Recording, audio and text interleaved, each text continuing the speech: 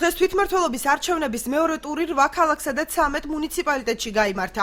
ბათუმის მოსახლეობას არჩევანის გაკეთება ქართული ოცნების და ნაციონალური მოძრაობის მერობის კანდიდატებს შორის მოუხდა. ბათუმის 79 საარჩევნო ოლქში არსებული ბოლო ინფორმაციის თანახმად ამომრჩეველთა აქტივობამ 25%-მდე შეადგინა, რაც 30,000-მდე ამომრჩეველს გულისხმობს. ოლქში დღეს სულ ერთი საჩივარი შევიდა. საჩივარი ოლქში შემოსული არის ერთი საჩივარი, რომელიც შემოიტანა ნაციონალური მოძრაობის წარმომადგენელმა მირდატ ხამადაძემ. ამ მომენტისათვის ჩვენ უკვე გვაქვს 90% უბნების უკვე მონაცემი შეყვანილი, 8 საათის მონაცემით 30,000-ზე მეტი ამომრჩეველი არის მონაწილე. ეს არის საერთო ამომრჩეველთა 25%-მდე.